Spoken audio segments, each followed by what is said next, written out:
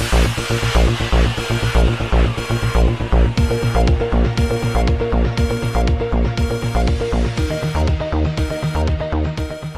اللہ الرحمن الرحیم۔ السلام علیکم ناظرین، ڈپٹی کمشنر محمد علی کی خصوصی ہدایات پر فیصل آباد کی تمام تحصیلوں میں سرکاری رقبہ پر